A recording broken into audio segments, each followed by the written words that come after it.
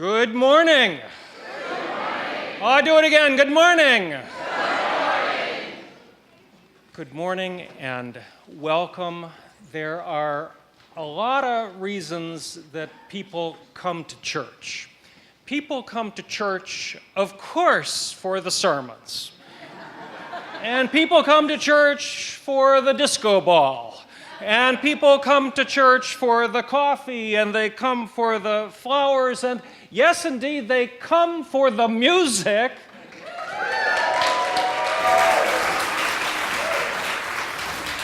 And we're so fortunate to have your passion and dedication. You know, they didn't just rehearse this morning, by the way. They've been at this for a while, and we're very, very appreciative. One thing that people do not come to church for is the announcements. And so my job is to make this as expeditious as possible, but I do want to say welcome to those who are here forever, and as well to those who are here for the first time. If you want to stay in touch with what goes on around First Parish, there are blue connection cards in the pews, and we'd love to get to know you. And there is a welcome table during coffee community hour, so please stop by so we can learn a little bit about you and you can learn a little bit about us. This week, I do want to call your attention to a Know Your Rights legal training that is happening Wednesday evening at 7 o'clock, particularly since we have voted to be a sanctuary church for those who may face imminent deportation. It is important that all of us who may be volunteering in support of that effort to know some of the legal parameters, and one of the preeminent attorneys working with immigration will be with us 7 o'clock on Wednesday. And this is for immigrants, but also for others as well. So an important event on Wednesday. And next Sunday, yes, we have our annual Ferry Beach retreat, and a whole lot of people will be up at Ferry Beach in what no doubt will be warm and sunny weather, and that is the tradition, I think. And there will be people who will go swimming no matter what the weather is, and we have at least one hand up for that. But you know, there will be a lot of people here as well. And so next Sunday at Ferry Beach, Lisa is going to be coordinating the service on Sunday morning. But here, Josh and Megan and I will be answering your questions. It will be a question box sermon. And so in the pews this morning, there are 3x5 cards, and you may ask us any question. This is our version of Stump the Chumps. So give us your questions. They can be theological, they can be epistemological, they can be meteorological, historic, folkloric, psychiatric, briefs or boxers, you know, anything goes. And if there is a question that you've been waiting to ask any of us, please put that down, and you can also email us, but we will respond to as many of those questions as we possibly can. And I think that is it for the sacrament of announcements. And what we're going to do now is ask all of you to please stand for our unison affirmation and remain standing. Together. Love is the spirit of this church, and service is its law. This is our great covenant, to dwell together in peace, to seek the truth in love, and to help one another. And stay standing, and kids and teachers are off to your ingathering.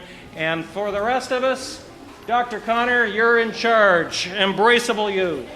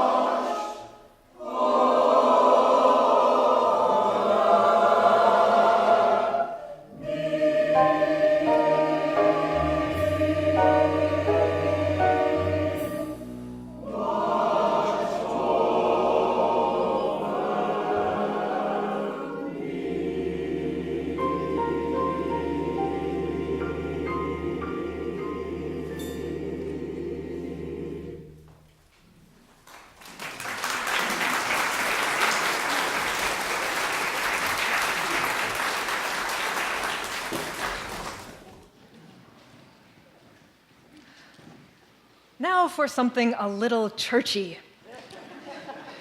Stairway to Paradise. Here are the words to a song by George Gershwin, his brother Ira, and Buddy DeSilva from the George White's Scandals of 1922. All you preachers who delight in panning the dancing teachers, let me tell you there are a lot of features of the dance that carry you through the gates of heaven. It's madness to be always sitting around in sadness when you could be learning the steps of gladness. You'll be happy when you can do just 6 or 7. Begin today, you'll find it nice, the quickest way to paradise. When you practice, here's the thing to know. Simply say as you go, I'll build a stairway to paradise with a new step every day. I'm going to get there at any price. Stand aside, I'm on my way. I got the blues, and up above it's so fair. Shoes, go on and carry me there. I'll build a stairway to paradise with a new step every day.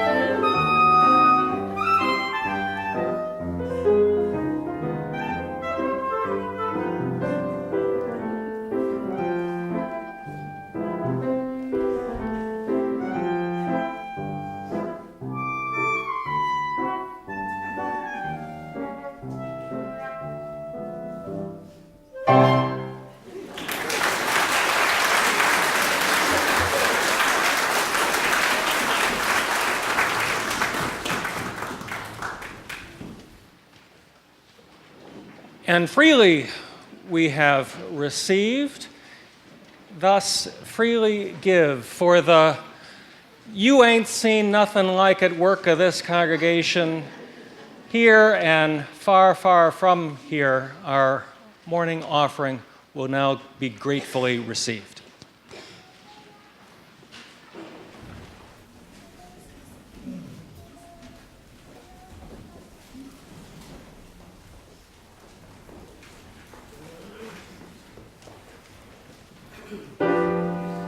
My good friends, don't praise me. I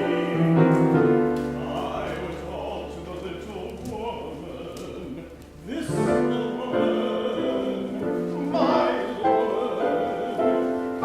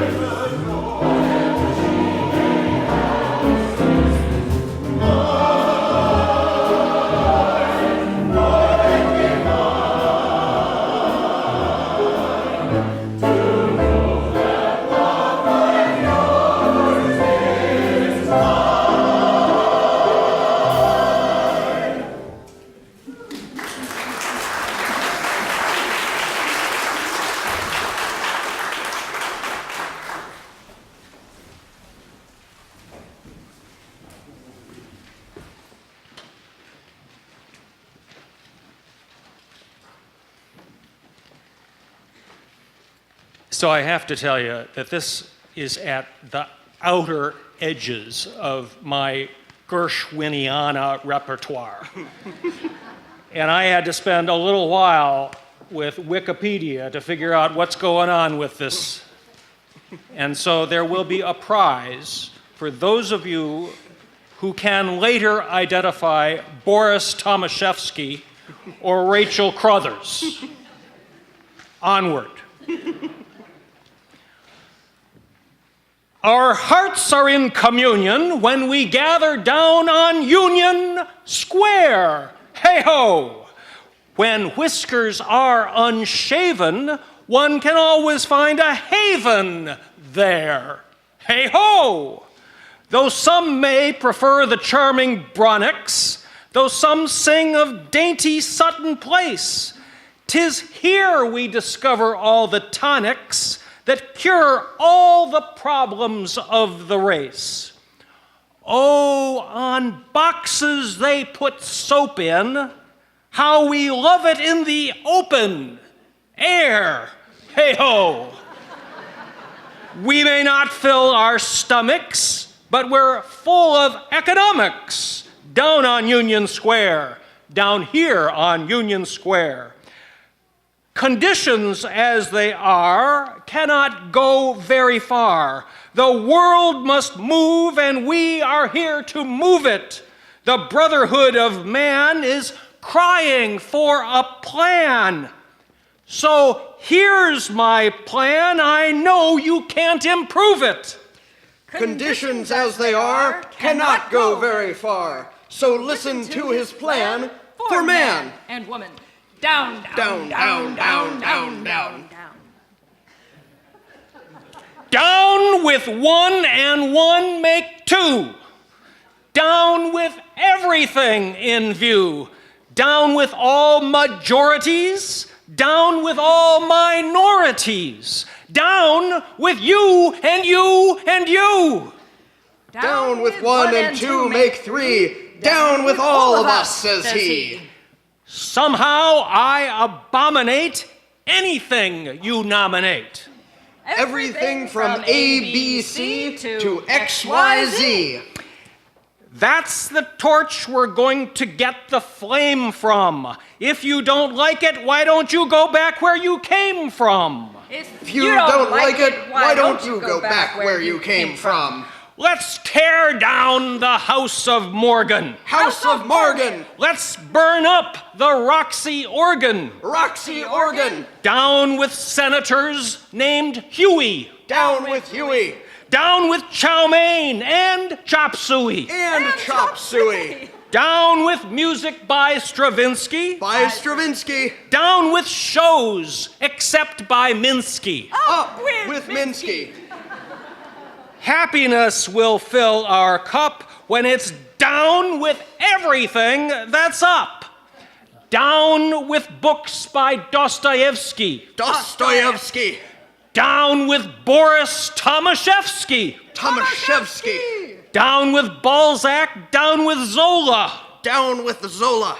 Down with pianists who play Nola.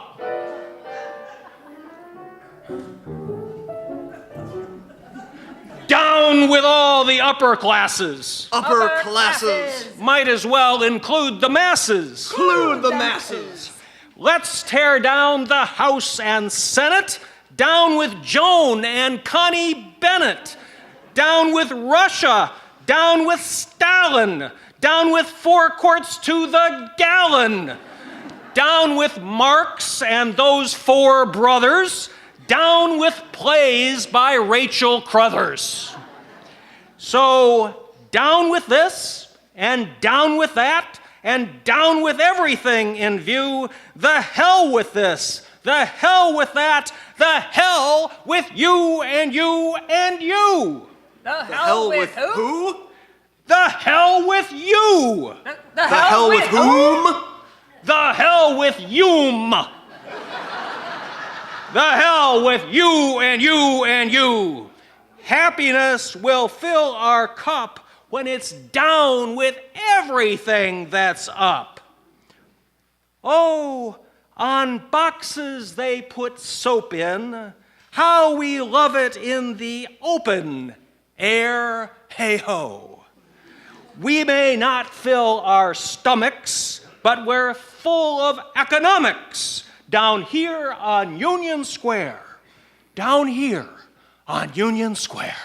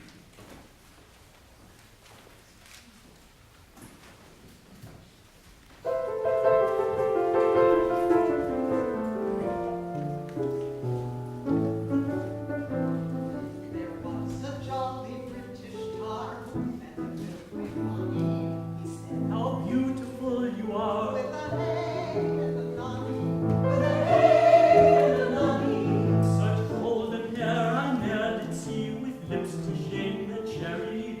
Oh, books of me may marry me.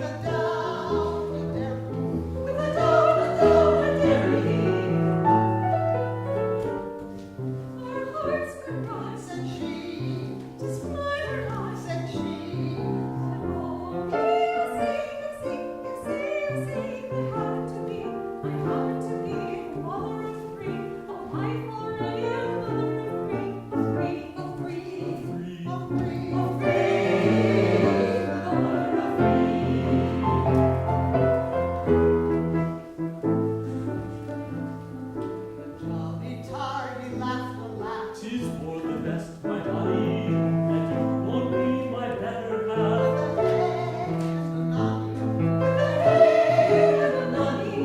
I'm here forgot on seeing you that I'm a wife.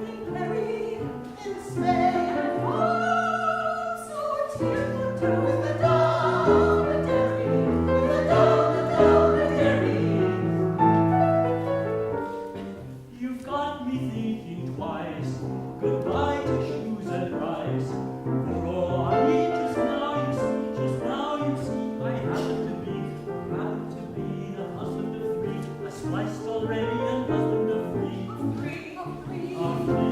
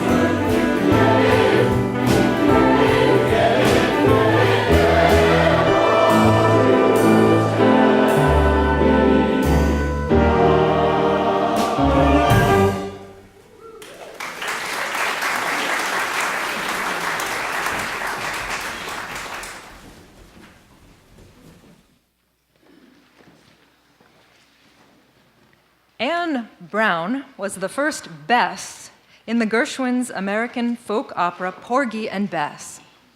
In a 1995 interview with Ms. Brown, who was 83 years old at the time, she had distinct memories of George Gershwin's research for the opera and her personal contact with him.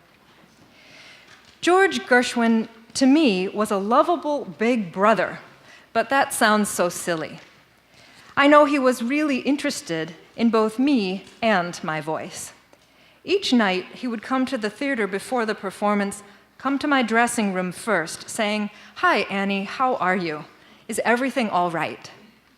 That was normal. I knew he approved of and liked what I did with the role. How many years ago was that? 60 years? The other influential members of the troupe, they would often go out together, but they never invited me. They never invited any members of the cast. But George, he would come to my house, come to my parties, and always the first thing he did was to sit down at the piano and begin to play. And he would do that for the whole evening. He was simply crazy about music, especially his own. He was extremely proud of his musical gifts. I remember one story he told me about a shouting contest at a church gathering in Charleston, South Carolina. It was after it was over and he had out-shouted the best of them, an old man clapped him on the back and said, "By God, you sure can beat out them rhythms, boy. I'm over 70 years old, and I ain't never seen no poor little white Jewish kid from the streets of New York take off and fly like you. You could be my own son." George beamed when he told that story. My fondest memories of him were the times the two of us would have lunch alone in his apartment. He would sit down and talk about everything. He had his idiosyncrasies, as we all do. He was complicated. He was a very complicated person. And do you know the only thing he feared? He was afraid not to be the person he was supposed to and ought to be.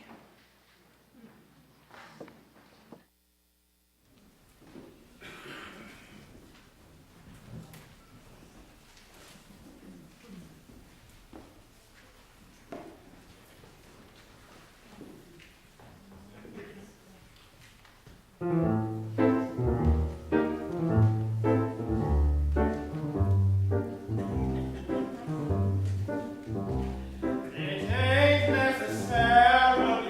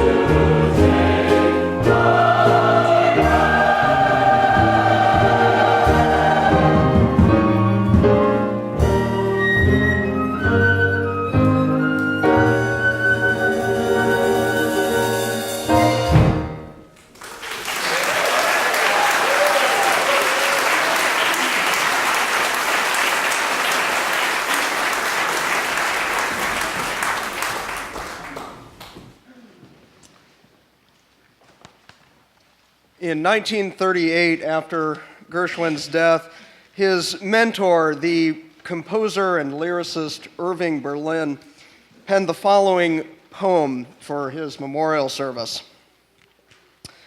I could speak of a white man rehearsal at the old Palais Royal when Paul played the rhapsody that lifted Gershwin from the alley to Carnegie Hall. I could dwell on the talent that placed him in the class where he justly belongs. But this verse is a songwriter's tribute to a man who wrote wonderful songs. His were tunes that had more than just rhythm, for just rhythm will soon gather corn. And those melodies written by Gershwin are as fresh now as when they were born. As a writer of serious music, he could dream for a while in the stars and step down from the heights of grand opera to a chorus of 32 bars. And this morning's variety tells me that the last song he wrote is a hit. It's on top in the list of bestsellers, and the airwaves are ringing with it.